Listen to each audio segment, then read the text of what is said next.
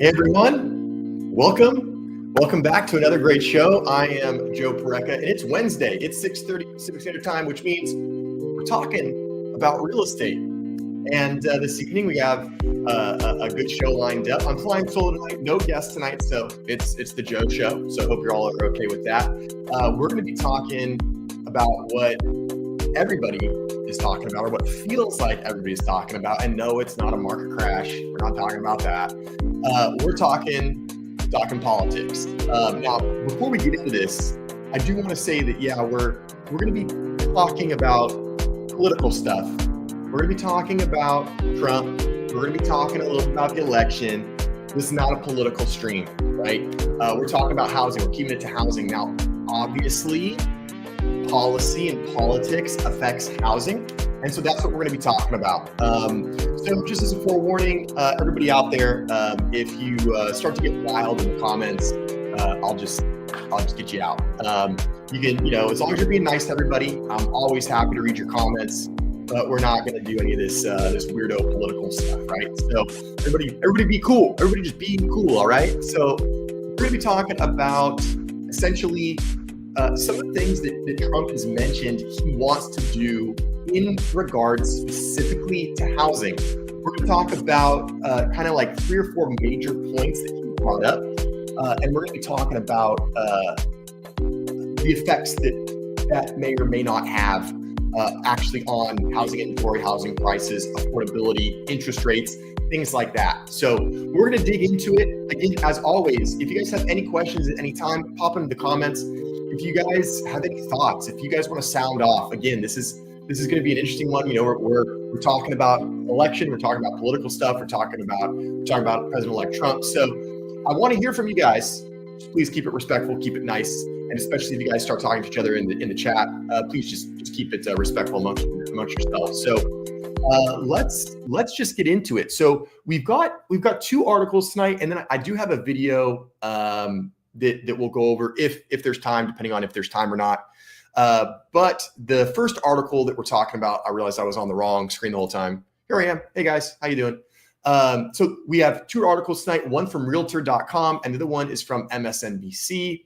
And then we do have a little YouTube video clip. And we'll get there if we have enough time. I don't know if we'll have enough time to get to that video clip. But what's really nice is that video clip kind of talks about interest rates and specifically talks about possibly Trump's effect on interest rates and potential interest rate cuts or potential lack thereof interest rate cuts. So I'm going to get this up on the screen, get this first article up. Oh, we want this one. There we go. So here we go. There he is, President-elect for the 47th President of the United States, Donald Trump.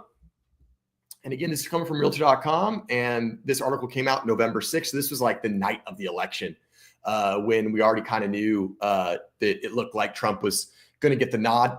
And realtor.com put out this article, Donald Trump will return to the White House, what his presidency means for the housing market. What do you guys think Donald Trump's presidency is going to mean for the housing market? Before we get into this, like, what do you think right off the bat? We haven't read anything. We haven't heard anything. What have you heard? What are you thinking? Do you think President Trump is going to be able to make housing more affordable? Do you think tariffs will affect the cost of housing? Do you think his idea of mass deportation is going to cause a problem? Let me know. So put it in the comments. Let me know. Love to hear from you. And while you're typing a comment, you might as well pop down and somewhere right down here, there's going to be a little thumbs up icon. Please like the stream. It really helps out the stream. And if you enjoy the content, please consider subscribing to the channel. And then that way you can be notified of all my future streams and videos and things like that. So let's get into it, folks. Donald Trump will return to the White House. What his presidency means for the housing market. It's from realtor.com. After a hotly contested race with big implications for the housing market, Donald Trump will return to the White House for a second term, 4 years after losing his first bid for re-election. And after a hotly contested race, I think that's a good way to put it, right? I mean, really, what presidential election isn't a hotly contested race? But certainly the last couple of election cycles we've had, it just seems like it's been like ratcheted up like 5 notches.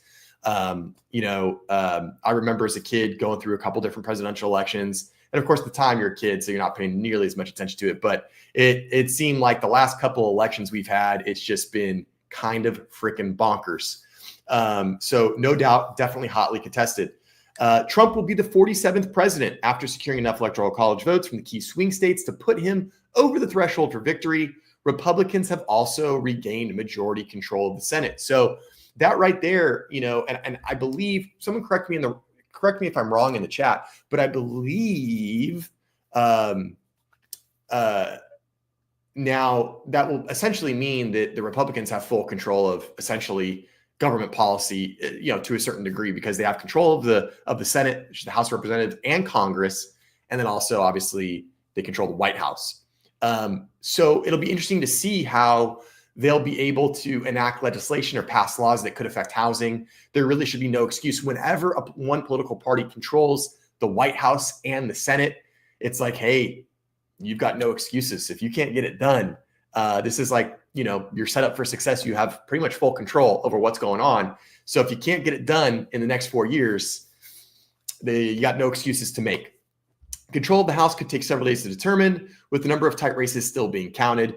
Of course, by now we know that it looks like it's going to happen. Republican sweep of the House and Senate would give Trump significant freedom to pursue his agenda, including what plans he has sketched out to make housing more affordable. As we know, that's been like a huge portion of this election cycle. We all know that the cost of housing has absolutely skyrocketed since 2020. Not only has the cost of housing skyrocketed, but affordability has absolutely tanked. And people are having a really hard time affording real estate and housing and even just paying rent. So let's see what Trump is going to do. In the early hours of Wednesday morning, Trump, flanked by his family, declared to his supporters in West Palm Beach, Florida, that it was a political victory that our country has never seen before and vowed to fight for you and your future. We're going to make you very happy. We're going to make you very proud of your vote. America has given us an unprecedented and powerful mandate, he said. Trump added that he will not rest until we have delivered a strong, safe, and prosperous America that you deserve and that your children deserve. Well, it all sounds good right now, but like I said, we'll see. The election unfolded against the backdrop of a housing crisis. Again, it's just what we're talking about. Housing is a huge topic, probably, well, between housing and inflation / the economy, but those are all kind of connected, right? Those are probably like the biggest things of this election for many Americans. Inflation, the economy, and the cost of just staying alive and keeping a roof over your head. Really basic fundamental stuff. And I don't blame Americans for wanting to talk about those things and try to improve the hardships that a lot of lower and middle class Americans are feeling right now. With half of renters nationwide designated as cost burden, record high home prices pushing ownership out of reach for many. On the campaign trail, Trump had blamed rising home prices on a surge of illegal immigration during the Biden administration. He also claimed that he would somehow lower mortgage rates if elected, although presidents do not control mortgage rates. This is a big one, right? Like, so a lot to unpack in just these two sentences. First, Trump is blaming illegal immigration. Obviously, that was a kind of a hotly contested topic. When it comes to illegal immigration, and again, correct me if I'm wrong, I've seen reports anywhere from 14 million illegal immigrants all the way to 20 million illegal immigrants. We have a nation of about 330-ish million people. So obviously 15 to 20 million illegal immigrants is a very large number. But it's important to keep the perspective, right? It's important to keep that perspective that it is still, a relatively small percentage of the United States of America. And we'll see if, first off, he's even able to do anything with illegal immigration. That's kind of one of his, obviously, as we know, as Americans know from his first tenure in office, build the wall and make them pay for it, all that rhetoric. We know that he's big on illegal immigration. And, I don't think he's completely wrong. Obviously, the more people that we have in a defined area, when we have a housing crisis, the more it's going to magnify the housing crisis. But the question is how much more is it going to magnify it, right? Is it a noticeable, tangible amount? Is it an amount that will actually affect Americans? We don't know that. That's what we don't know. I guess we're going to find out if he does go through with his plans and his policy when it comes to illegal immigration, but we don't know right now. Regarding the mortgage rate thing, I know that Mr. Trump is not a big fan of Jerome Powell. Jerome Powell is the chairman of the Federal Reserve. The Federal Reserve is the body of bankers and economists that are independent of the government, and they set the overnight federal funds rate, which is the rate that banks use to lend money to each other. It is not the mortgage interest rate. However, the federal funds rate and the mortgage interest rate tend to move together unless there's rare circumstances. And I know what you're thinking. You're thinking, Joe, we just had one of those. We just had the Federal Reserve lower their interest rate, but mortgage rates went up. And yes, that does sometimes happen. And there's a lot that goes into it. Really quick, because this stream is not about interest rates or it's not about the Fed. But really quickly, the reason that happened is because we had some economic data come out. The stock market did very, very well. And the 10-year treasury started to go up in price. And there's basically three big tools of investment for these mega hedge funds, for these, these corporate investing firms, right? And those are stock market is number one. Then you have bonds, the bond market, number two. And then you have MBSs, which is mortgage-backed securities. Okay, so when the stock market is doing very well and it's going up in pricing, investors go to the stock market, right? If you knew you could make, if you knew that there was an asset where you could buy in today and you go, hey, the stock market's doing really good, we can make some money on this. AI is creating record profits, companies are recording good profits. Shoot, we're going to put our money into the stock market because it's doing well. If the bond market does well and the value of bonds goes up, they're going to say, hey, let's go into the bond market. The bonds are giving us some good return on investment. If mortgage interest rates, if a lot of people are buying homes, they're going to say, hey, mortgage interest rates, the mortgage-backed securities, these are where we're making our money. It's secure. Well, right now, the stock market and the bond market is doing very, very well. So that means that there are less investors interested in those mortgage-backed securities. And if there's less investors interested in those mortgage-backed securities, well, then there's less competition to buy your mortgage-backed security. And when there's less competition, the rate goes up because there's less people willing to buy them. And so what American homeowners want is we want a lot of people, we want a lot of investors to want mortgage-backed securities, because then they all try to undercut each other on interest rates, which is basically what we see as the price. And as those interest rates come down, housing affordability goes up. So that's just like a really quick, 3-minute synopsis on the difference between the stock market, bonds, and mortgage-backed securities. And I'm sure someone will roast me in the comments later on the replay that I got something wrong or I didn't get it right. I'm not an economist. I'm not an investor. That's just a very, very 30,000 foot level view of the difference between those three instruments. So at the end of the day, President Trump cannot directly control mortgage interest rates or the federal funds rate. That's Jerome Powell's job and the economic market. And we know that Mr. Trump is not a huge fan of Jerome Powell. In fact, there were some comments made where he said, I would call Jerome Powell and go over office and I would motivate him, or I would just fire him. I'd get rid of him, which again, he can't do. The chairman of the Fed can't be fired by the president of the United States. So it would be very, very difficult for Trump to directly lower the mortgage rate. I suppose you could try to make some other economic policies that affected the economy as a whole, which then could affect mortgage interest rates, but it would be tough to do and it would be very convoluted and you wouldn't even be certain that it would work. So that little one, somehow lowering mortgage rates, I don't know how he's going to do that. I think, honestly, he's puffing. I think that's an exaggeration. I think he's being a classic politician in that sense. I know you're going to tell me Trump's not a politician. Well, he is a politician. Don't forget that. And I think this is one of those classic politician claims.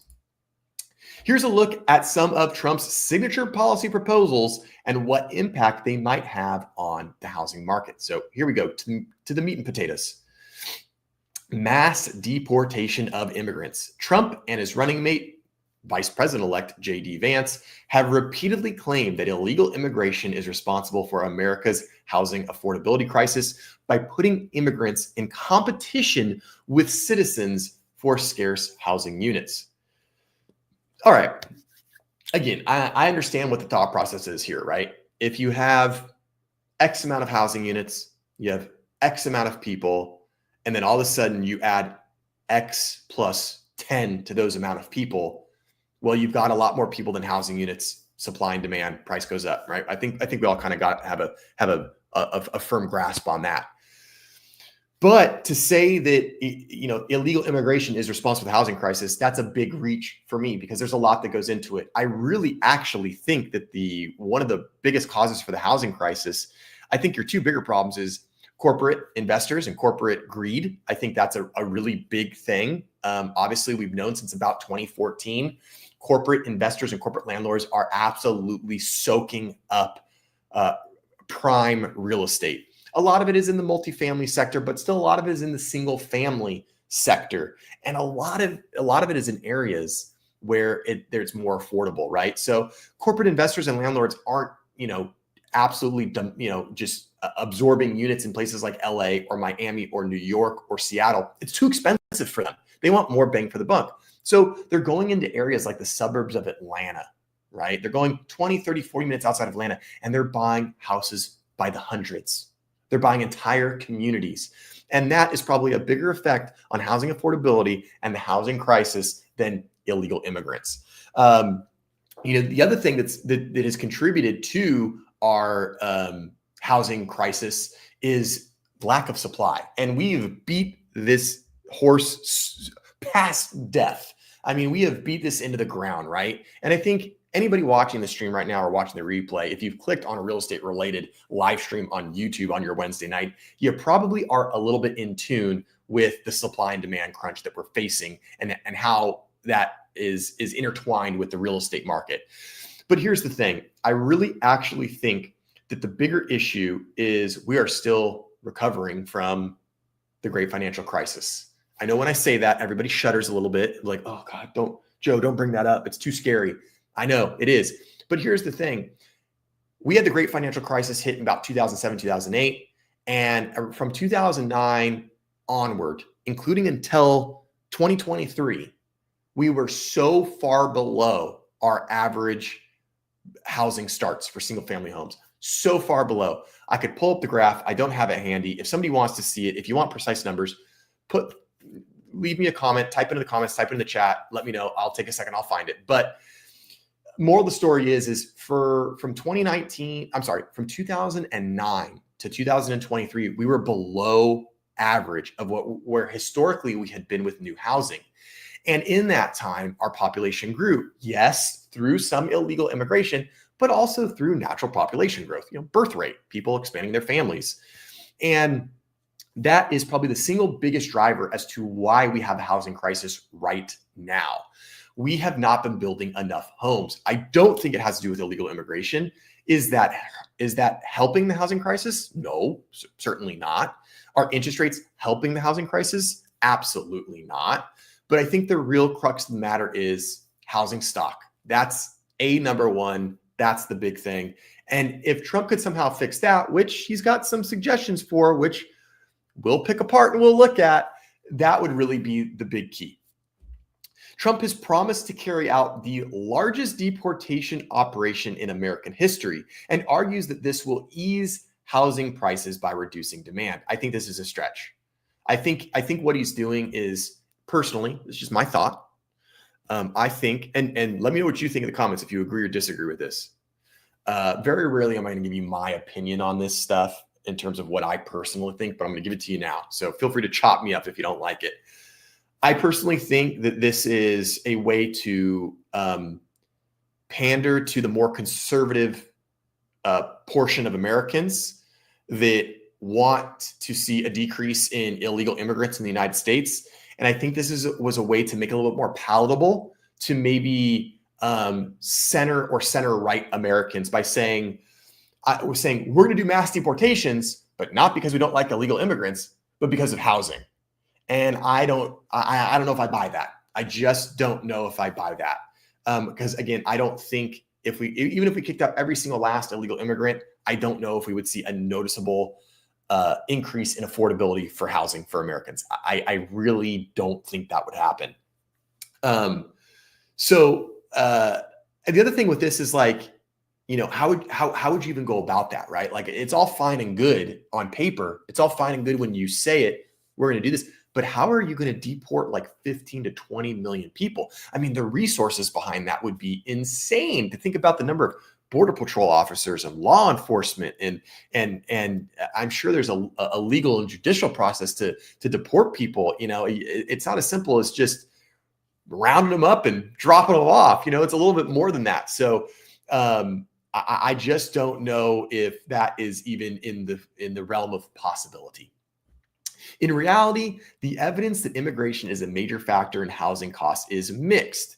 While there is reason to believe that higher immigration levels can drive up local rents in a city, the recent post-pandemic surge in home prices began before illegal immigration levels jumped.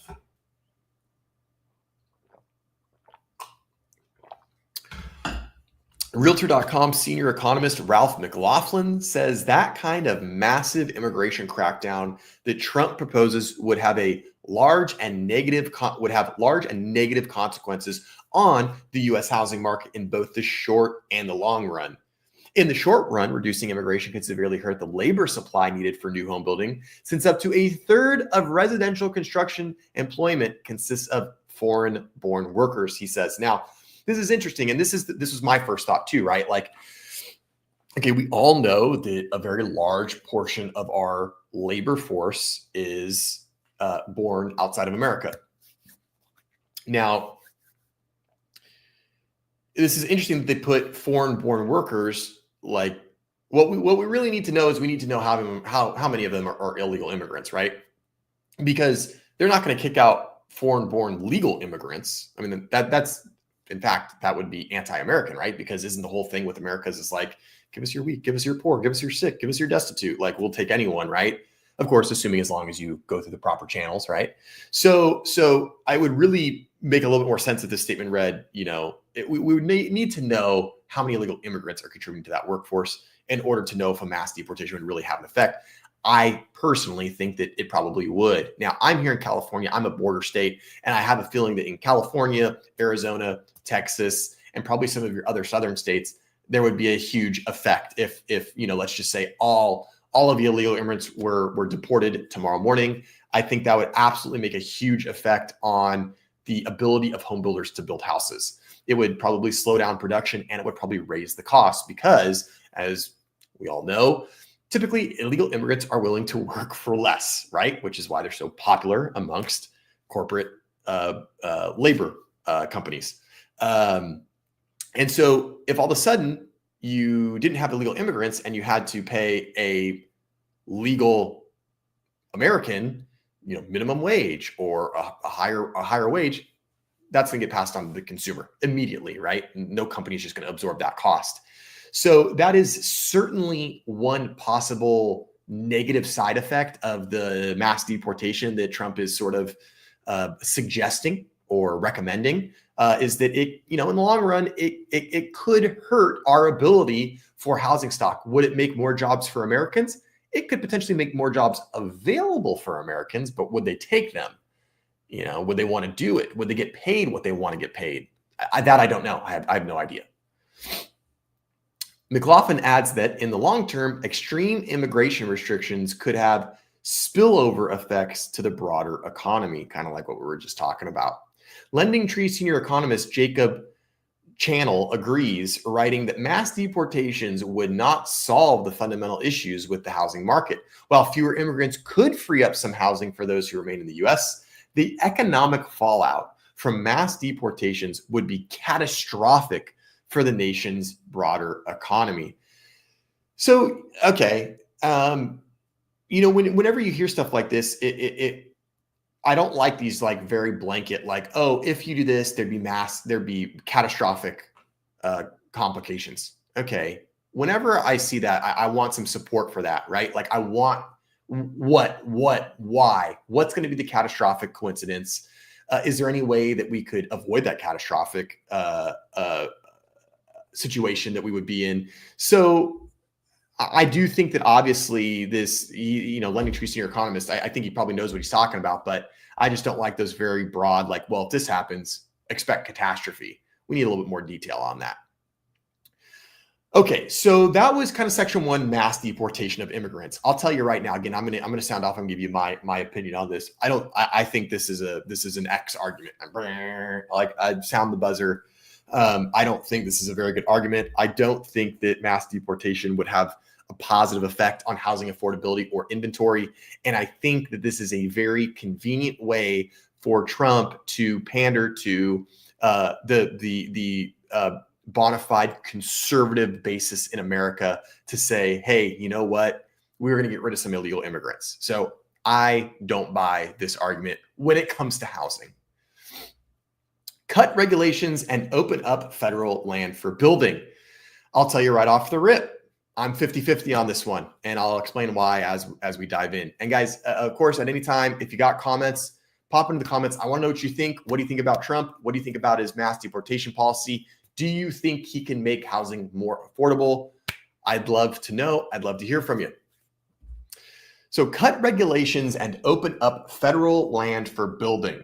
Trump has called for slashing regulations and permit requirements that home builders say add unnecessary costs to new homes. We will eliminate regulations that drive up housing costs with the goal of cutting the cost of a new home in half. We think we can do that. The regulations alone cost 30%. Regulation costs 30% of a new home, Trump claimed in a September speech at the Economic Club of New York. This is Trump's famous, the old like double talk, the repeat. He loves to do that. And I don't disagree with him on this one. He's got my support on this one. The regulations to build a new home are, in some states, are absolutely bonkers. Okay, I'm here in California. For those that don't know, I'm in Claremont, California. I'm about 40 miles east of downtown LA, roughly about an hour. I am in LA County, so technically this is considered a suburb of Los Angeles. I'm about the furthest suburb away you could get from Los Angeles, but nonetheless a suburb of Los Angeles. And let me tell you, here in California, the rigmarole that you have to go through before a home builder even puts a shovel into the dirt is absolutely insane. From the permitting fees to the environmental regulations, the reports, the traffic studies, I mean, the cost of the land, just the cost to get the plan signed off by the local city. All of these things are so expensive. And guess what? The home buyer is paying for that. That is built into the cost of the product, which is the home. And if we can cut that regulation, if we can cut the cost of that regulation, that's going to be a huge, huge benefit. And not only if we cut the cost of the regulation, but if we can cut down on the time that it takes to go through the regulation, that will also speed up the ability for home builders to build, which will hopefully eventually alleviate some of the housing crisis. Hey, David, what's going on, buddy? Good to see you. Glad you could join. Thanks for hanging out. Hope your week's going well. So I'm with him on the regulation thing. I'm with him. I think that we do have too much regulation when it comes to building homes. We need more inventory. We need more stock. If we cut that regulation, it's going to lower the cost of the property, and it's going to speed up the rate at which they can be built. However, those figures appear to be dramatically overblown. Again, I'm not surprised. Remember, politician talk, right? Politician talk. The National Association of Home Builders, a longstanding industry critic of regulations, estimates that site work and related permit fees account for 7.4% of the average new home cost, with overhead and general expenses accounting for an additional 5.1%. So not 30%, but we're talking almost 13%, right? And if we can even just save 5%, I mean, heck, 5% on a $400,000 house, that's nothing to sneeze at, right? I mean, wouldn't you like to save that amount if you could? And, the other thought is okay, well, if let's say home builders do get a 5% discount in overhead and regulation, all that BS, right? Are they even going to pass that on to the consumer? I bet you they do, because as soon as one new home builder starts to pass on the savings, the other home builders are going to have to compete, right? They're going to have to compete, because all of a sudden someone's product's going to be cheaper. It's just like, you got two gas stations and they're on opposing corners. If one gas station lowers their price by 10 cents, where is everybody going to go? Everybody's going to go to the gas station where it's 10 cents cheaper. So what's this gas station going to do? They got to do something. So they got to lower their price. And that's what I think would happen in a similar situation with home builders if their regulation got cut. But even if it didn't actually end up saving them money, but if it saves them time and they can build more homes faster, then that too should effectively increase the affordability of property, because we can get the supply up, right? So either way, I'm a fan. We need to build some houses. We need to build some property. We need to build some affordable homes. And a good way to start is by cutting the red tape, getting rid of some of the bureaucracy, and just easing some of these regulations that we currently have.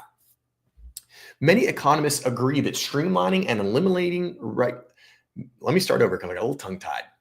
Many economists agree that streamlining and eliminating regulations would help boost home construction and reduce costs, though it's difficult to imagine achieving the extent of price relief that Trump envisions.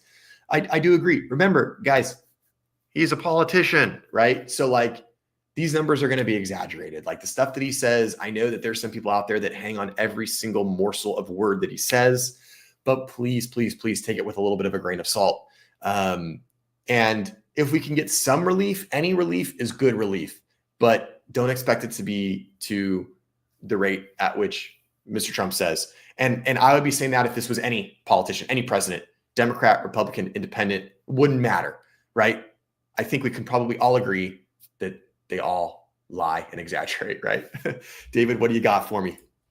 Another positive with the Trump administration would be a better relationship for the real estate industry with the DOJ. You got that right. That's for sure. So for those of you who don't know, the DOJ, the Biden administration, DOJ, we'll call it, they don't like realtors. They don't like the real estate industry. They don't like agents. They don't like brokers. They just, for some reason, they don't like us. And for some reason, they got a bone to pick with people that want to buy real estate. And David, you're absolutely correct. It will be interesting to see. Trump is a self-proclaimed real estate guy. So it will be interesting to see what Trump does, because if he can put a DOJ together that's perhaps a little bit more housing friendly, maybe that will help alleviate some of the issues that we're seeing, both in the cost of housing to be built and also the cost to transact when it comes to houses. So yeah, David, that's an excellent point. It will be interesting to see what Trump does with the DOJ and how that shakeup of the DOJ could affect housing and real estate. Good point. Thanks for chiming in, buddy. Appreciate that. Fewer regulations and more available space on which to build may reduce home building costs and help increase the housing supply, says Channel. That said, limiting regulations won't be enough to cut prices in half, and ending some isn't a cure-all for the problems plaguing the nation's housing supply. Now, listen here. I don't know, cut prices in half. That's not happening, folks. The price of homes is never going to halve. That's not going to happen. I shouldn't say never, because my mom always raised me to never say never. But, I don't know. I can't imagine or fathom a world in which house prices get cut in half. And if house prices do get cut in half, I got news. The crap has hit the fan. The crap has hit the fan in a major way. And we are all going to be waist deep in it. So I don't think that's the goal. I don't think that should be the what people are expecting. That would be ridiculous. In a statement, NAHB, National Association of Home Builders, Chairman Carl Harris congratulated Trump on his election win. Throughout the campaign, voters consistently pointed to the lack of housing availability and affordability as a key issue in their voting decisions. Now is the time to take action to address the nation's housing shortage and let builders build, he said, which is true. Trump has also said he would open up portions of federal land for large-scale housing. Okay, so this is kind of an interesting one. This is like point 2A of this section. These zones will be ultra low tax and ultra low regulation. One of the great, really small business job creation programs. It will be of all time. We're going to open up our country to building homes inexpensively so young people and other people can buy homes, Trump said at a September event. This is one point that Trump and his opponent agreed on, with Harris also calling for some federal land to be used for housing, and the Biden administration selling some public land near Las Vegas for that purpose. So it's important to realize, I saw some people say, oh, they're gonna open up federal land to build houses, and some people went to this the immediate worst case scenario. They went immediately to oh my God, they're going to start building houses in Yellowstone National Park or Sequoia National Park or Zion National Park. No. Guys, national parks not going anywhere. National parks are a huge part of our nation. One of the very, very special things about our nation, beloved by our nation. They're not going to do that. But there's all sorts of different types of federal land that's owned out there by the federal government, and it could be repurposed and processed. And those are the types of land that they're talking about, right? So don't get worried. A lot of your national parks, they're not going anywhere. What else you got for me, David? He won't be able to control the Fed. I could see interest rates staying higher for longer. Yep, we talked about that a little bit. Yeah, I agree with you. He doesn't control the Fed. He can't even fire Jerome Powell. Not much he can do there. I could see interest rates staying higher for longer. Yeah, depending on what he does with the economy, as we saw, some of the economic data, and this isn't Trump's fault, but inflation crept back up a little bit since the last report.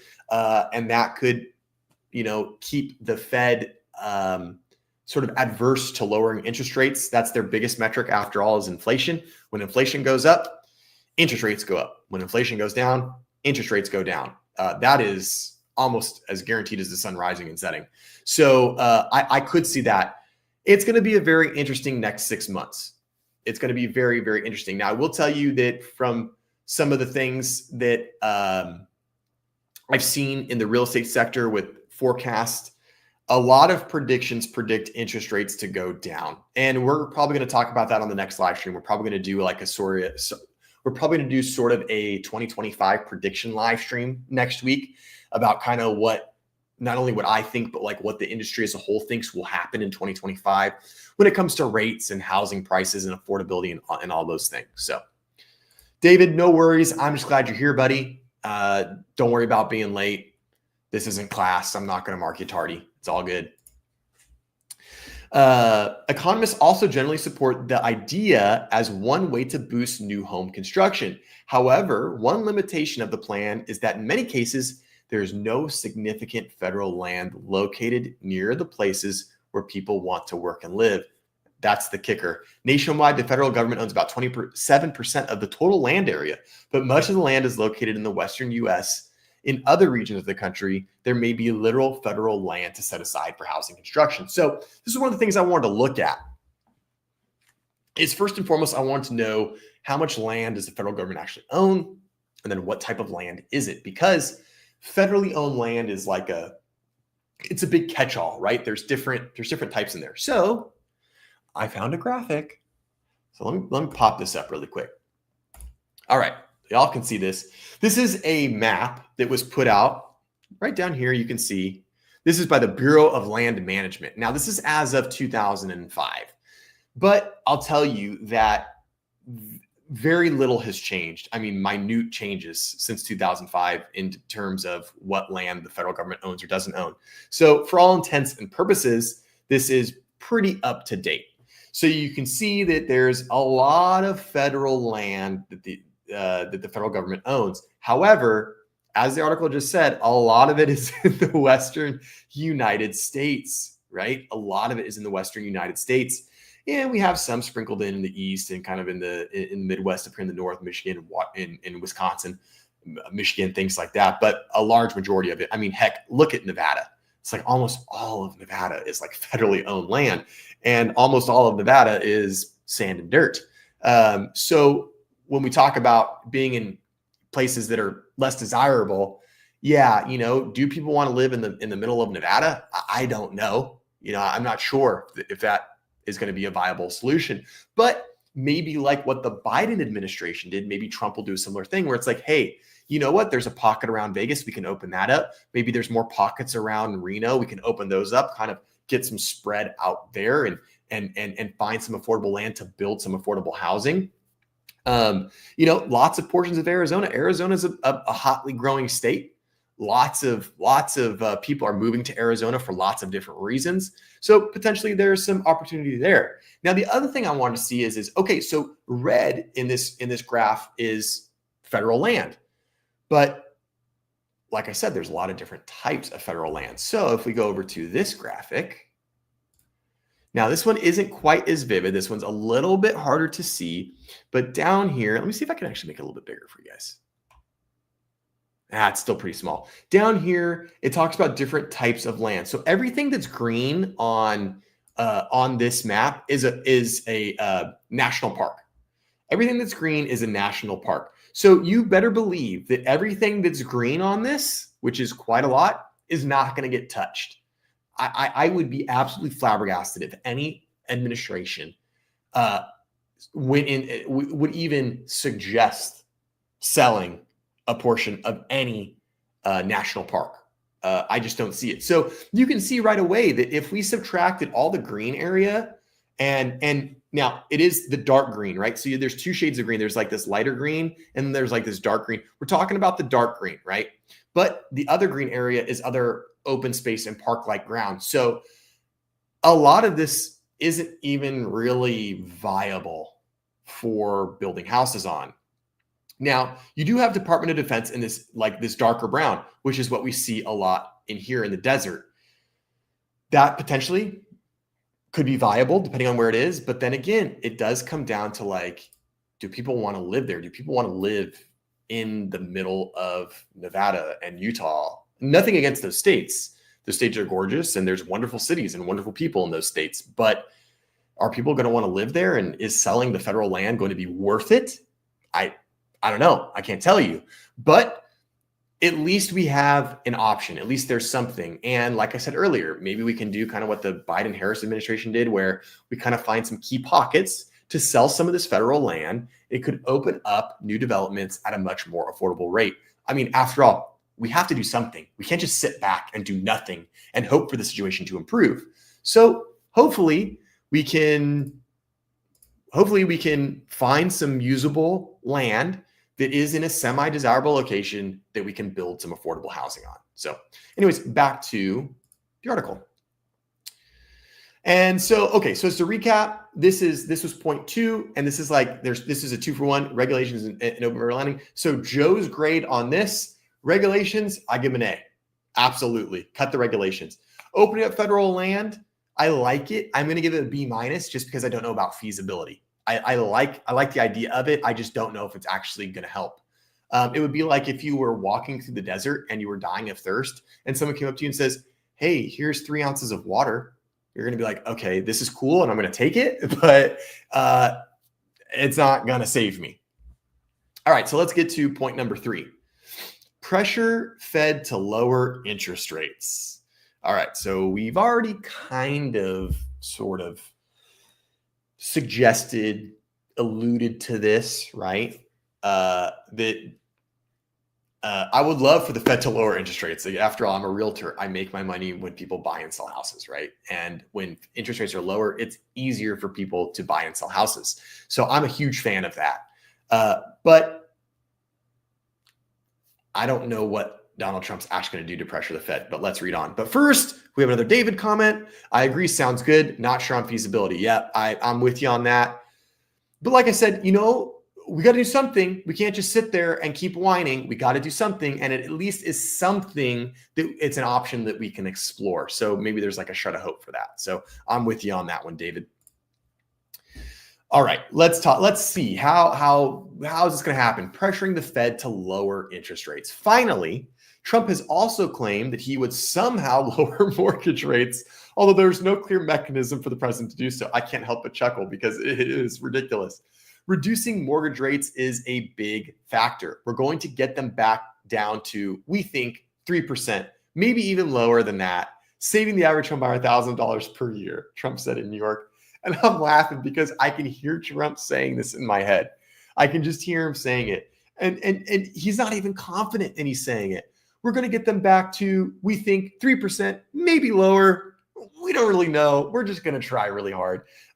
Would I love 3%? Absolutely. I think every American would love 3%. Is 3% ever going to happen? Absolutely freaking not.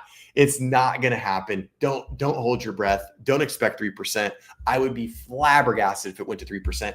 And if it did go to 3%, hold on, because that means that, again, the crap has hit the fan.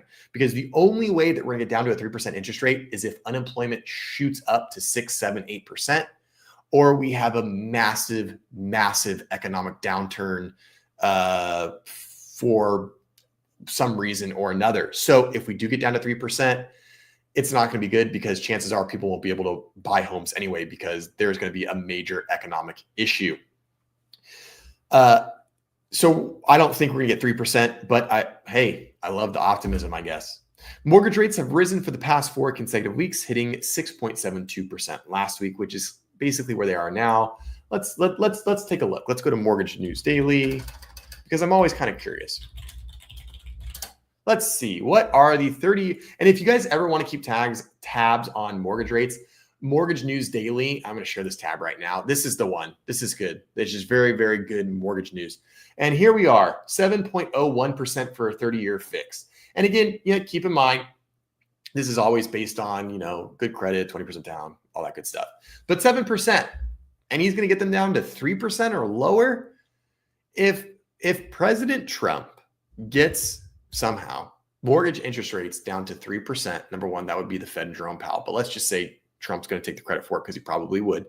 If he gets them down to 3%, that would be amazing. That would be a huge, huge win. But that's only assuming it would only be a win, assuming that it didn't crash the economy doing that. The other problem with mortgage rates at 3% is as we know, guys, what happened last time interest rates were very, very, very low? Do you remember? Do you remember when mortgage rates were 2.8% and 3%? Everybody was buying homes. And guess what happened? We have a severe supply crunch, everyone to go buy homes, and prices shot way up. So half a dozen, 6 of one, half a dozen the other, right? You can either have high home prices and low mortgage rates, or low mortgage rates and high home prices. If the interest rates go down to 3%, you better believe that everybody's going to come out of the woodwork, and there's going to be huge demand, and prices are going to go up even faster and even higher. What do you got, David? The Fed should remain independent. Yep, absolutely. He is dreaming on that one. I would like to be 25 years old, attractive, 185 pounds. Yeah, right. Yeah, that sounds good, doesn't it? Yeah, I'm with you. That's what we call a pipe dream. It's not going to happen. The Fed's going to remain independent. There's really not a whole lot that Trump could do. I don't see it happen. I'm right there with you, David. I'm right there with you. All right, let's go back to our article. All right. The president doesn't set mortgage rates. Well, duh, we were just talking about that. If elected, Trump probably wouldn't be able to arbitrarily decide to lower them, even if he wanted to, says Channel. Trump has previously shared his belief that the Federal Reserve should take orders from the president instead of independently setting monetary policy as it currently does. This is a terrible idea. It's a horrible, horrible idea, especially in the American political system. I'm not saying that's a horrible idea because Trump is president. It would be a horrible idea for any president to have control of the Fed. That's exactly why we have the checks and balances. We have the 3 branches. It's so no one entity or person has too much power. And if all of a sudden the president of the United States, again, any president, not just Trump, but if any president had the ability to control the Fed and mortgage interest rates, think about all of the problems that could cause. I mean, you could literally be in positions where campaign donations, which are already a whole nother topic that we're not going to get into, obviously, but now all of a sudden, people could be contributing to a presidential campaign in hopes that candidate is going to favorably affect the financial markets for them. Like there already is some of that in American politics, and it would only get crazier and worse. So that would be literally like shooting ourselves in the foot if we ever did that. But even the Fed does not directly control mortgage rates, which is true, which follow the underlying bond market and move in response to investor expectations about the economy, inflation, and future fiscal and monetary policy. You guys remember when I said earlier that the bond market really does dictate the interest rate? It's true. Remember when I said when bonds go up, interest rates go down? When stock market goes up, mortgage rates go down? I'll show you again, just in case you all didn't believe me. I'm going to share Mortgage News Daily. Let's look way up here at the top. Hopefully you guys can see this. Okay. Do you see how 30-year fixed, it's down 0.01, essentially flat? You see how the 10-year treasury is down 0.002, practically flat? These two numbers are going to move in very, very similar to each other. If this 10-year treasury went down, mortgage rate would go down. If the 10-year treasury went up, mortgage rate would go up. This is the connection here. So again, the Fed doesn't even control that. The Fed doesn't control these things. It's the bond market. It's who's buying what investment tools. And that's just something that the president doesn't control. Can't control it. The Fed began cutting its benchmark rate in September, but mortgage rates have climbed steadily since then, due mostly to investor fears that a Republican sweep of the White House and Congress could increase deficit spending. Yields on the 10-year Treasury jumped to 4.44% on Wednesday morning, up from 4.3% a day earlier, suggesting that mortgage rates will continue to rise in the short term, which is what we're thinking. Investors are taking Trump at his word and believe if he wins, it will lead to higher tariffs, immigrant deportations, and deficit finance tax cuts in a full employment economy, all of which means higher inflation and more government borrowing. Mark Zandi, chief economist of Moody's Analytics, said on X last week. Scary stuff. The recent surge in mortgage rates is a clear indication what investors believe a Trump victory would mean for the economy and for the nation's fiscal outlook. And here it is, according to Realtor.com. Trump unlikely to solve the housing crisis, experts say. Okay. Honestly, I think it would be unfair to expect Trump to solve the housing crisis. I think it would be unfair to expect any president to solve the housing crisis. I think it would be unfair to expect any person or entity to solve the housing crisis in 4 years. The housing crisis that we're in, it's a big freaking problem. We have a huge inventory crunch, and there will be crash bros out there. Maybe you're watching right now, crash bros, that will say that we don't have an inventory problem. And to them, I say, are you drunk? Have you been living under a rock? We absolutely have a huge inventory problem to the tune of about 1.5 million units underbuilt. So yeah, we've got an inventory problem. So the fact that that's not going to be solved in 4 years, that's not Trump's fault if he can't solve it. It wouldn't be Biden's fault if he got reelected and didn't solve it. It's a very, very complicated and intense problem. And I think that our only hope is that it could be improved. And I think the only hope is that Trump could possibly improve the housing market or the affordability.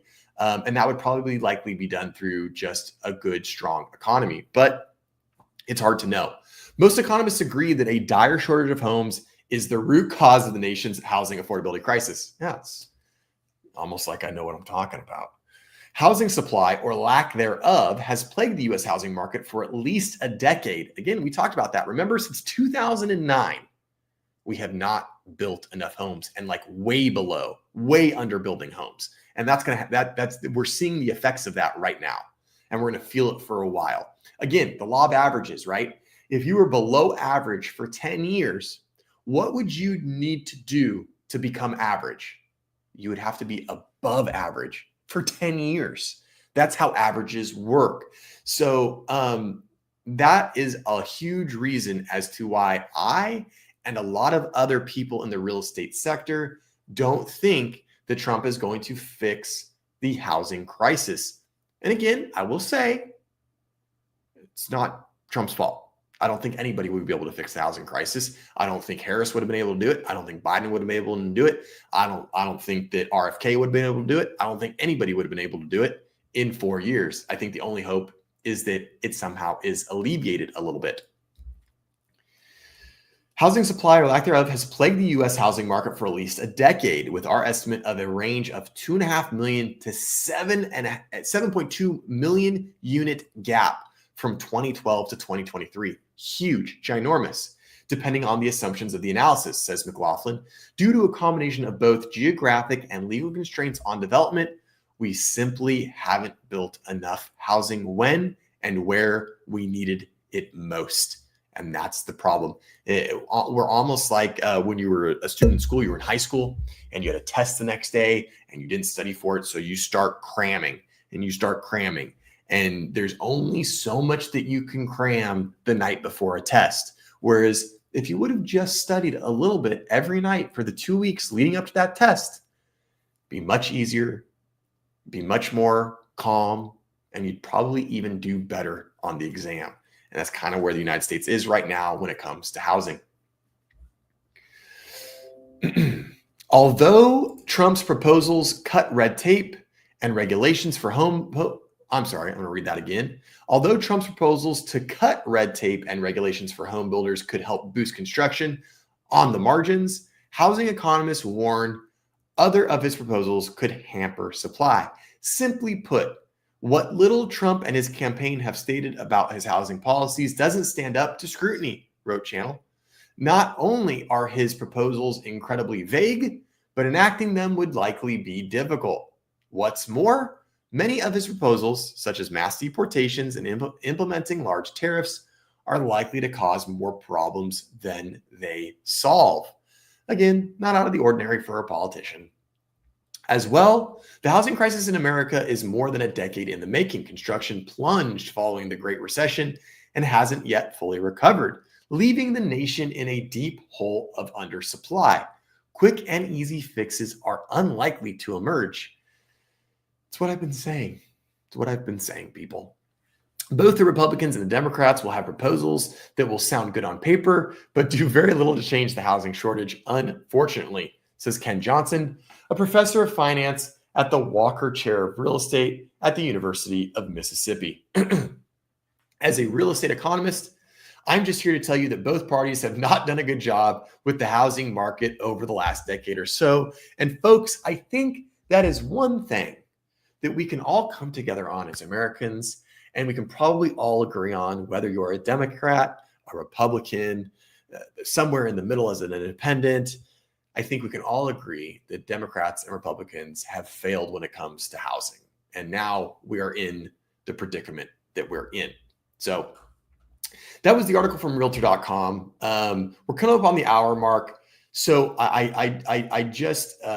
we're going to go over this CNBC article at a little bit quicker pace. But guys, chime in. Oh, we have John here. John, what do you got for me? John, are housing shortfalls affecting other countries to the same extent as the U.S.? Yeah, John, actually, we are seeing a very similar scenario play out in different countries. Germany has had issues with housing. The UK has issues with housing. Canada is also facing the same issues with housing. But I will tell you, actually, that the United States has, obviously, we have the issues with housing right now. But I will tell you that actually the United States has one of the biggest benefits of any nation, and that is the 30-year fixed rate mortgage. So Canada, and I didn't know this until just a few years ago, actually someone on one of my YouTube videos commented and gave me some great information. He was Canadian, and he was talking about how in Canada, there's no 30-year fixed loan. Like, loans reset every 5 to 7 years, depending on the product that you get. So there are people in Canada that have a 3% loan that they got during the pandemic. They got it during 2020. And in 2025 and 2026, that interest rate is going to reset. And guess where it's going to go? It's not going to be 3%. It's going to be 6% or 7%. And guess what happens? What would happen if your interest rate right now on your own home doubled? What would that do to your mortgage payment? What would that do to your budget? How would that affect your family? So we are seeing that other nations are having similar issues. Same thing with the UK, same thing in Germany. It just seems to be a very large problem for a lot of developed nations. And at the end of the day, the US still has a powerhouse economy in comparison. So are the shortfalls the exact same as other countries? No, they're each facing their own independent issues. But what is common is that there are issues with housing across a lot of the major developed economies of the world, if that makes sense. So hopefully that answers your question, John. All right. So, and if anybody else has any questions, type into the chat. Love to get some good dialogue going. I always love hearing from my viewers and hearing what you guys think and what your questions are. So this was from CNBC. Here's what the Trump presidency could mean for the housing market, experts say. Again, we're going to kind of go through this on a little bit quicker level, but if you guys want me to stop, slow down, and elaborate, let me know. I'm here for you. So some key points of the article to start out. And by the way, I love that MSNBC does this. I love it. It's like, give us the key stuff right at the top. This is great. Nice little synopsis right from the get-go. We're going to open up tracts of federal land for housing construction, Trump said during an August 15th news conference. We desperately need housing for people who can't afford what's going on now. We kind of talked about this in the previous article with the federal land. While building more homes is a simple answer to address the housing issue in the country, other promises Trump has made clear could deter affordability efforts, experts say. There he is. There's Trump. President Donald Trump wants to address housing affordability in the U.S. by fomenting the construction of new homes. We're going to open up tracts of federal land for housing construction, Trump said during an August 15th news conference. As of mid-2023, there's been a housing shortage of 4 million homes in the U.S. So, you've heard the number 1.5, 2.5, 4 million, 7.2. All we know is that it's a big freaking number. It's a big, big number that we are short on housing units, and we need them. It's clear that the prescription for the crisis is more building, said Jim Tobin, president and CEO of the NAHB. There has been a small increase in new homes being built this year, but still not enough to meet the high demand for housing, leaving a significant gap in the market. Single-family housing starts in the U.S., a measure of new homes that began construction, grew to a little over 1 million in September, which is good. It's a 2.7% jump from August. While building more homes is a simple answer to address the housing issue in the country, other promises Trump has made could deter affordability efforts, experts say. For instance, Trump has talked about enacting a mass deportation of immigrants in the U.S. We talked about this. We also heard from Jacob Channel. It's the same thing. We kind of heard about that. He claimed he would pull down mortgage rates to pandemic era lows. We already talked about that a little bit. Deregulation, we talked about that. There's one that I do want to hit: impacts on construction workforce. We talked about this, that the mass deportation of illegal immigrants could affect the labor and workforce that builds a lot of our housing. That could be a negative byproduct to the mass deportation thing if it were to even happen. But the one that we want to talk about is this one: tariffs.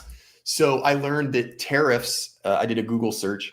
I knew what tariffs were, but it turns out a lot of Americans don't know what tariffs are. And the second most popular term searched in Google over the last week has been the word tariff.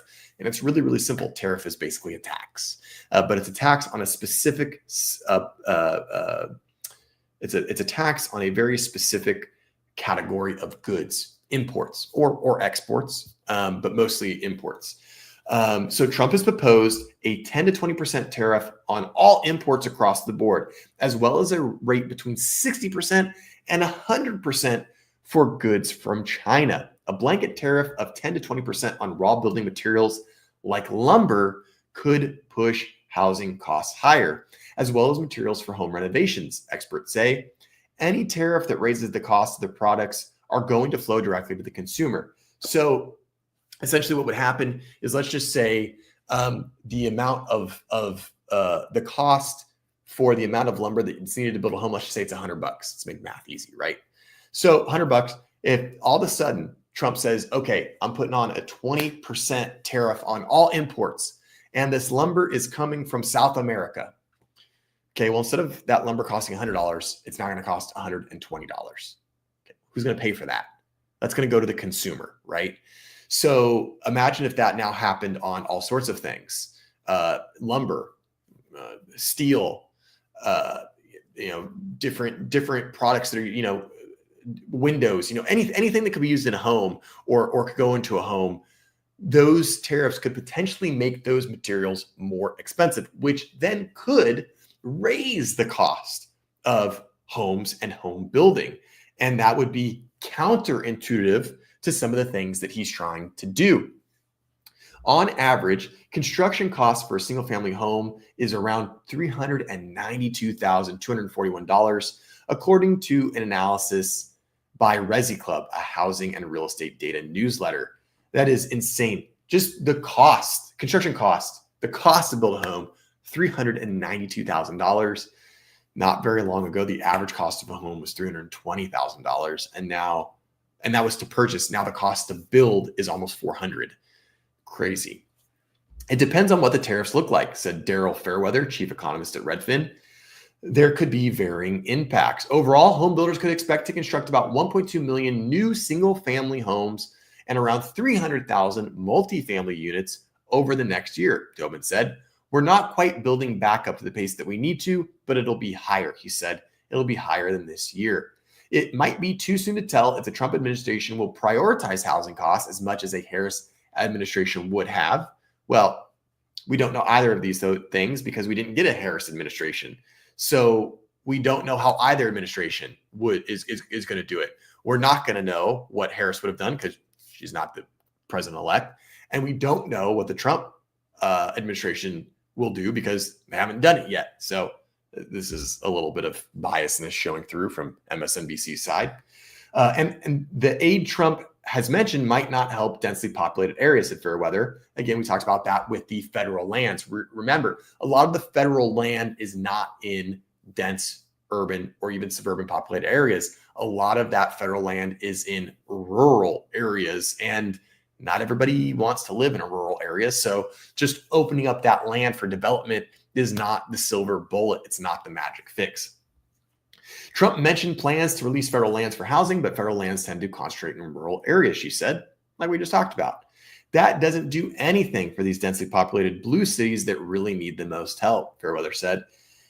Regardless of whether they're blue or not, doesn't make a difference. And this is the stuff that really annoys me about politics. And this is why I don't typically get involved in this.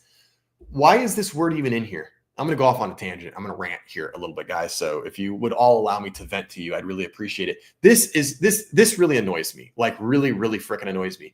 Why is this in here? That doesn't do anything for these densely populated blue cities that really need the most help. Are they trying to imply that Trump doesn't want to help blue cities? Maybe he does, maybe he doesn't. I don't know. That's not what we're talking about. But the fact of the matter is just say populated cities. We're all American. We're all American. We all need affordable housing, regardless of what side of the aisle you're on.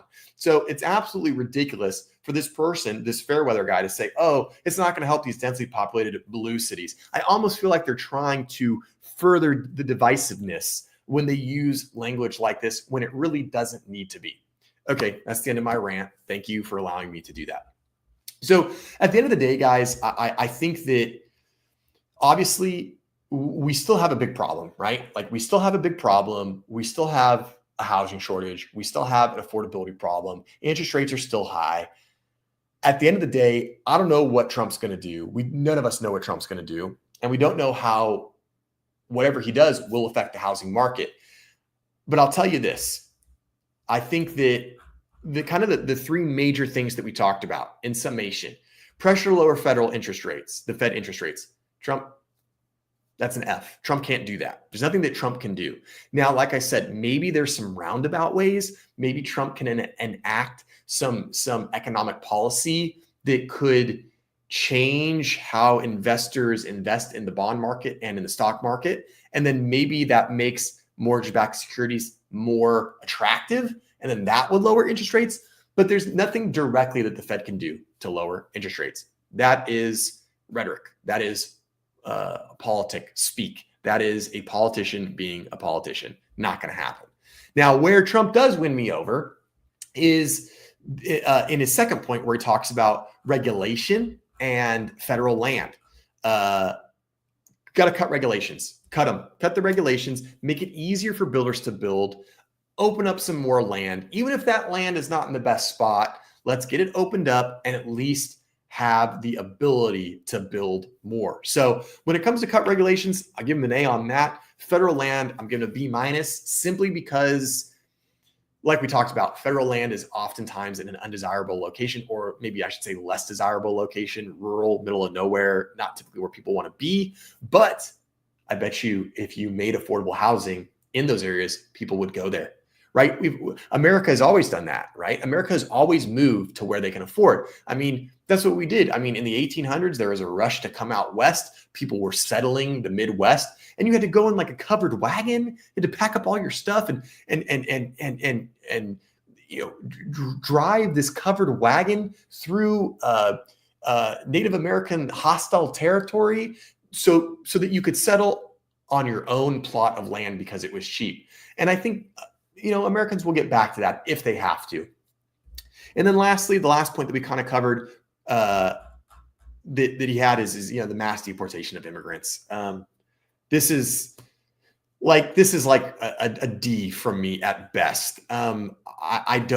Will deporting illegal immigrants lower competition for rental properties and houses?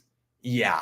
If you get rid of people, any people, regardless if they're illegal or not, if you get rid of them, if you get rid of people, then obviously that's going to make it so the ratio of people to houses is improved, and that will make it more affordable.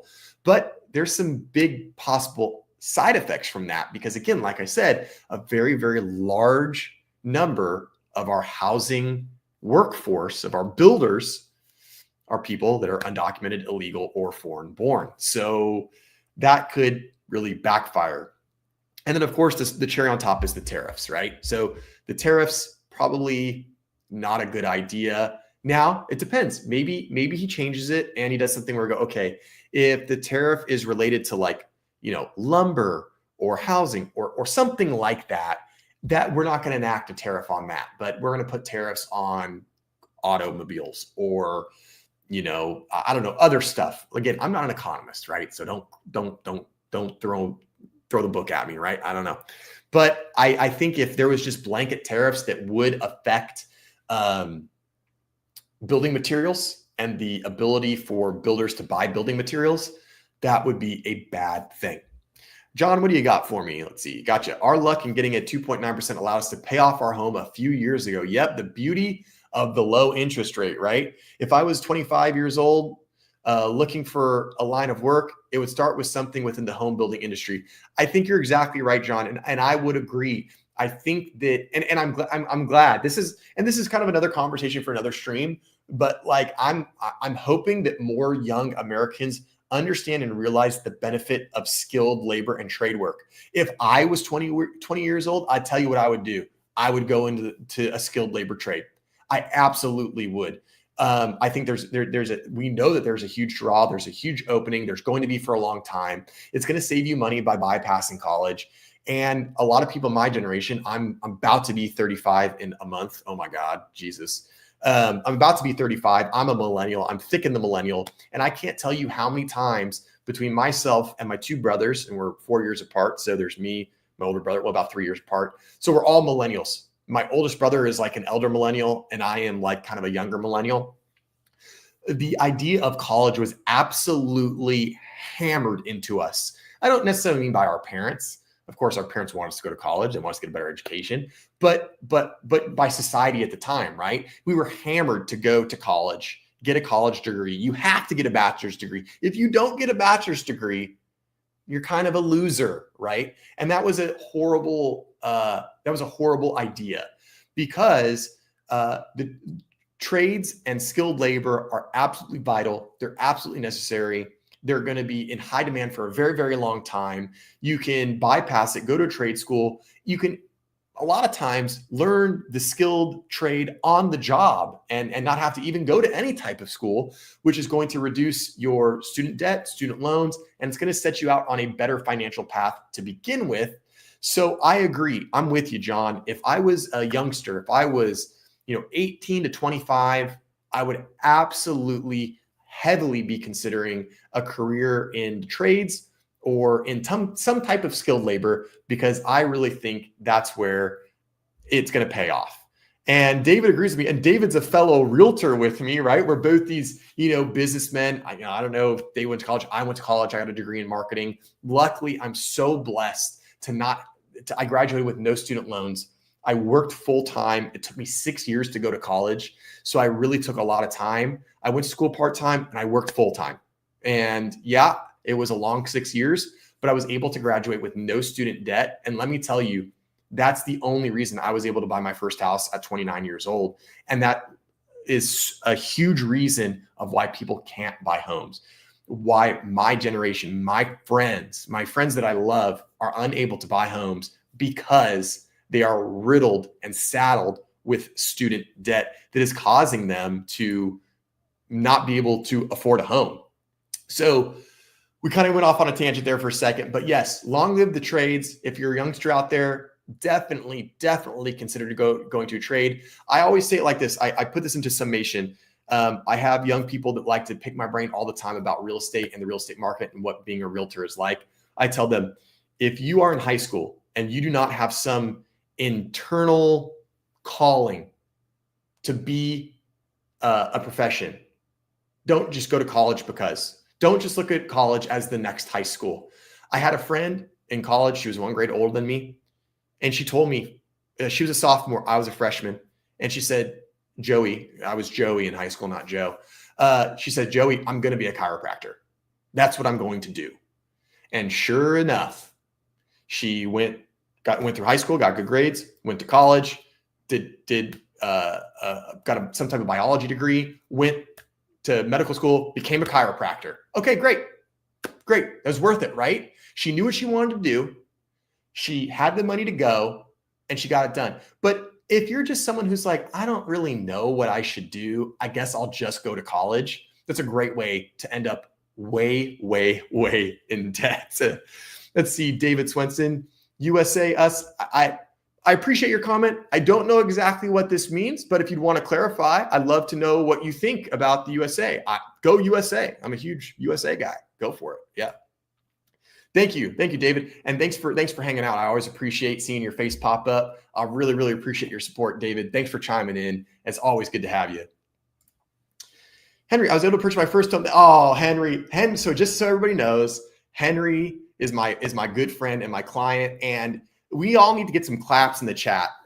Henry just closed last week on his very first home. He's a hardworking young guy. Him and his fiance saved up the money. They worked really hard. They did what they needed to do, and they bought a home. What an amazing, insane accomplishment that is in this day and age. So I see there's 13 people in live watching me right now. I want as many people as possible to congratulate Henry on his insane accomplishment of purchasing a home in this crazy economy at this crazy time with these crazy interest rates. And Henry, I'm so glad I was able to help you through that. And also, if anybody is in the Southern California region and you need your car vinyl wrapped, you need paint protection film, you want to change the look of your car, Henry is the man.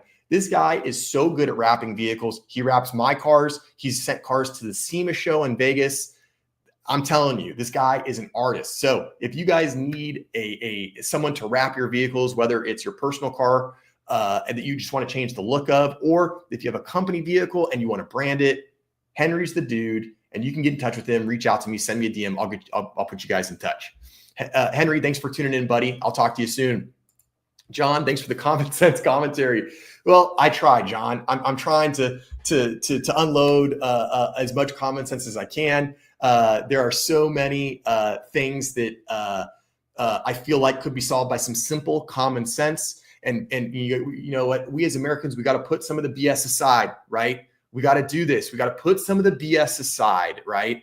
And we have to realize that there's a small amount of Americans on either side that are the problem causers, right? There's a small amount of people that just like to hear themselves talk and stir the pot. And I like to try to be a sense of reasoning and common sense. So thanks, John. There we go. We got some thanks.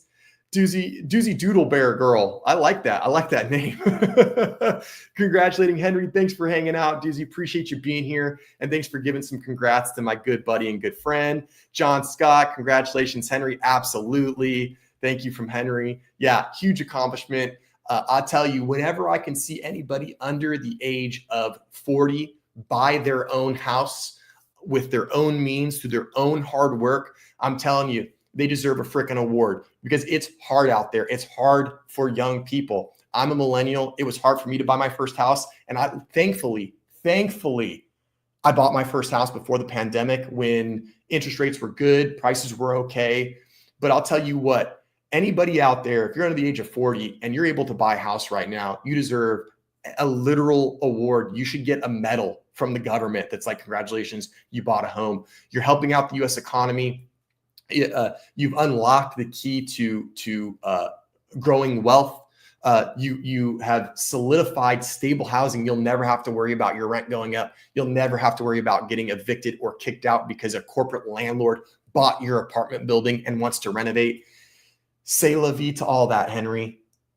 So congratulations, buddy. I'm so glad that I was able to help you, and I'm glad that you were able to do it. So, and thanks for chiming in on those things, guys. I appreciate it. You guys have been excellent tonight. We were a little slow in the beginning, and then y'all popped in like halfway through. Super fun. I really hope you enjoyed the stream. If you did enjoy the stream, please do me a favor. You can still hit the like button. I know I sound like a YouTuber, right? Smash the like button, hit subscribe. But you guys should smash the like button, and you should hit subscribe to the channel. It's absolutely free, doesn't cost you anything, and it really helps me out. And I only have like 211 subscribers. So every subscriber that I get, I notice and I appreciate. I'm not this major YouTuber, right? Maybe one day I will be, but I'm not. So I appreciate all the likes and all the subscribes. It really does make my day when I get a comment, a like, or a subscribe. So if you haven't yet, please consider doing so. And also, if you need a real estate agent, as Henry knows, and you're located in the Los Angeles area, San Bernardino County area, anywhere in Southern California, and you need a really good agent that's not a freaking idiot, let me know. I'm happy to help you. I've been doing this for over 10 years. I've sold $75 million worth of real estate. I can help you just like I helped Henry buy a home, who's here in chat right now. And if you are looking for someone to really be an actual expert and really help you through the process and explain things and keep you in the loop and look out for you and your best interests, contact me. I can help you buy or sell a home. I know there's a lot of real estate agents out there, but you have to remember a lot of them freaking suck. It's an 80-20 rule. 80% of agents suck. 20% of agents actually know what's going on. I'm in that 20%. I actually am. If you look at the numbers that I've sold, I'm actually in the 20%, top 20% in the nation. So if you need help with anything, reach out to me. There will be a pinned comment when the stream concludes. You can always send me a message or an email. And if you just punch my socials in or my name in Google, it'll all come up. Just put in Joe Pareca Realtor. But there will be a pinned comment down below just after the stream, and it'll also be in the description as well. If you need an agent outside of LA, I have agents all over the place. I have agents all over the nation. I can help you find a good agent in your area. So if you're watching right now, and let's say you're in Omaha, you can hit up my buddy David. I can connect you guys. Or if you're looking anywhere else, and you need a really good agent, whether that's anywhere from California to Florida to Connecticut to Washington, it doesn't matter. I've got a huge network of agents all over the country that I work with, that I've been cultivating relationships with over the last 10 years of my career. And I can find you one of those 20% agents. I can find you one of those killer agents that's going to look out for you, that's going to protect your interest, and it's going to be able to represent you the way that you should be. And again, all you have to do is send me a quick note. In fact, I'm going to put it in chat. Go to this website. Give me 1 second.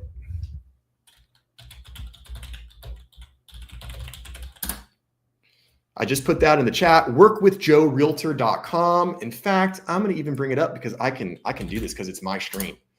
I'm going to share this tab and we're going to go here. All you got to do is go to this website, work with Joe Realtor. Here I am. That's me. A little bit about me. If you click on any of these buttons, let's chat, book a time, let's connect. Basically, you'll get taken to a little thing where you just fill out basic information, and I can call you, or we can set up a Zoom or anything like that. So if you're looking for a good agent, let me know. I can get you hooked up with a good one. Henry, thanks so much. Joe's the best agent. Thank you. Thank you, Henry. I really do appreciate that. Your kind words really do mean a lot to me. And I know that there's a lot of agents out there that are looking to sell homes just to make a paycheck, but I really, really actually enjoy helping people. And I really enjoy helping people achieve the dream of home ownership. And also when it comes to selling a home, selling your home is it's a big asset, and selling your home is really, really important. And last thing you want to do is work with some freaking joker. So I really take a lot of pride in what I do. And I really, really care about what people think of the job that I do. So if you're looking for someone that cares, if you're looking for someone that's not a nincompoop, reach out to me. You go to workwithjoerealtor.com and you can connect with me. I would love to hear from you. Even if you just have a question, even if you're just out there and you have a question about real estate and you don't want to punch it into Google and you're going to get a bunch of conflicting answers, you don't want to just look at some random agent. Even if you just have a question, even if you already have an agent and you're in Wisconsin and you're like, I just want a second opinion. Joe, what can you tell me? Click, you can fill out the form on my website. I'm always happy to talk about real estate. It's a passion of mine, if you can't tell. Henry, Joe is in the top 1% in my honest opinion. Thank you, Henry. I appreciate it. You guys have been phenomenal this evening. This has been a great stream. Like I said, started out a little bit slow, but you guys came through. The last 40 minutes have been absolutely phenomenal. You guys are great. I really hope that you have a phenomenal rest of your week. It's Wednesday. We're inching closer to Friday. I hope you guys have a good rest of your evening. Thanks so much for spending some of your really valuable time with me. I really appreciate that you have given an hour and a half of your time to me so that you could hear me drone on about Donald Trump and real estate. I really do appreciate it.